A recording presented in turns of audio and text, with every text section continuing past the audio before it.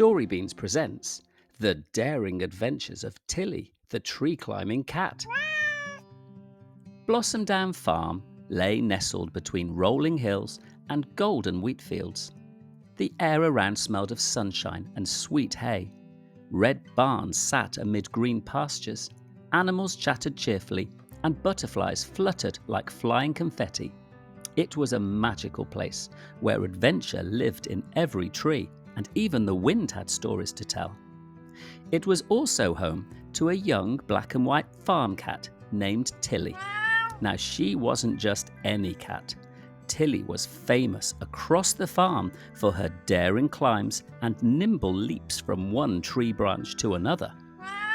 "I've climbed the tallest oak by the pond," Tilly would often brag to the chickens.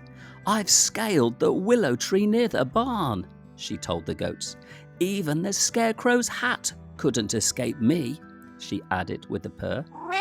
But Tilly wasn't boastful in a mean way. She was friendly, full of curiosity, and always ready for a new challenge. The other animals admired her spirit, even if she did get a bit carried away sometimes. Every morning, after a stretch and a big yawn, Tilly would set off to explore the trees around the farm. She'd climb, leap, dangle, and dash along the branches as if she was part squirrel. One sunny spring day, as Tilly lay napping on a hay bale, she overheard an interesting conversation between the two old cart horses, Jasper and Nell. "Have you seen the apple tree at the edge of the far field?" Nell asked, flicking her tail. "Oh yes," Jasper replied. "Old Farmer Wiggins fenced it off last year. Says the apples are special. He doesn't want the animals near it." "They say the apples there are the sweetest," Nell added with a dreamy sigh. Tilly's ears perked up. "Sweetest," she whispered to herself.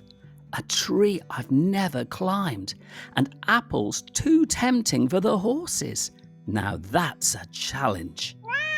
Later that day, Tilly sauntered past the chickens, slinked by the sheep, and padded her way toward the far field, where the sun dipped low behind the hedgerow. There, at the very edge of the farm, stood the tree. It wasn't especially tall, but it had twisting branches like curled ribbons, and its leaves shimmered like emeralds in the golden light. Red apples peeked out from the canopy, plump and perfect. Tilly took a few steps closer and stopped at the fence. It was a simple wooden barrier, but something about it felt serious. A small sign was nailed to one post. Tilly squinted and sounded out the letters. "No animals beyond this point." Her whiskers twitched. "Well," she muttered to herself, "surely that doesn't include me. I'm not just any animal. I'm Tilly, tree climber extraordinaire."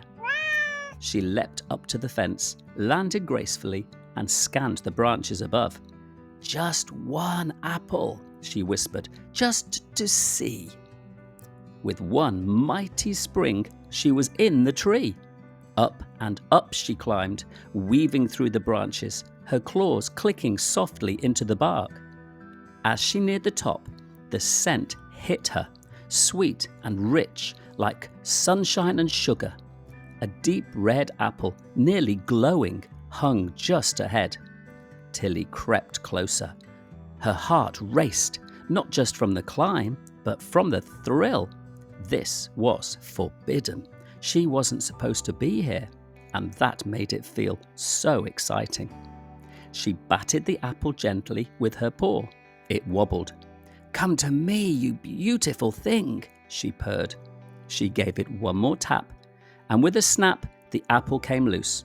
But just as she reached to catch it in her mouth, the branch beneath her gave way. Tilly tumbled through the branches, bounced off a thick limb, and landed with a soft thump on the ground below. Dazed, with leaves in her fur and a bruised tail, Tilly sat up slowly. The apple rolled next to her. perfectly untouched.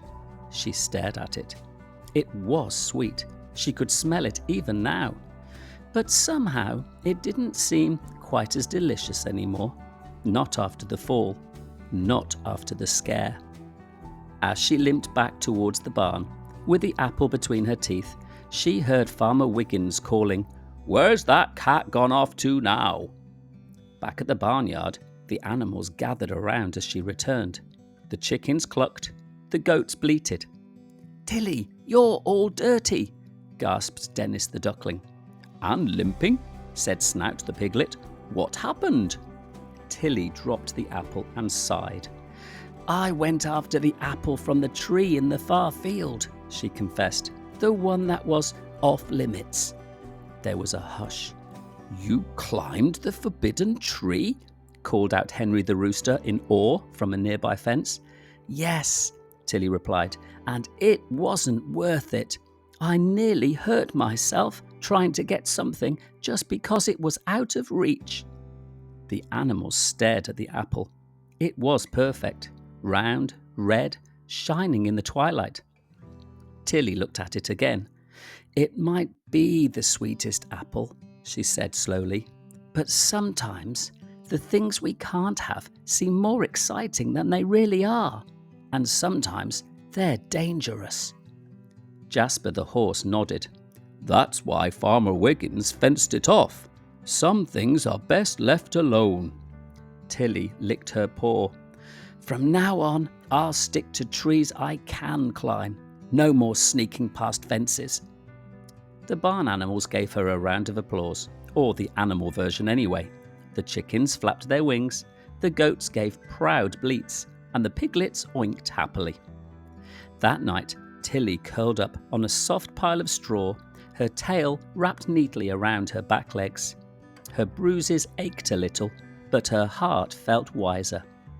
As she drifted off to sleep under the warm glow of the barnlight, she whispered to herself, "The forbidden fruit may be the sweetest, but it isn't always worth the fall." And with that, she dreamed of safe climbs, rustling leaves, and apples she didn't have to chase. Thank you for watching Story Beans. See you next time.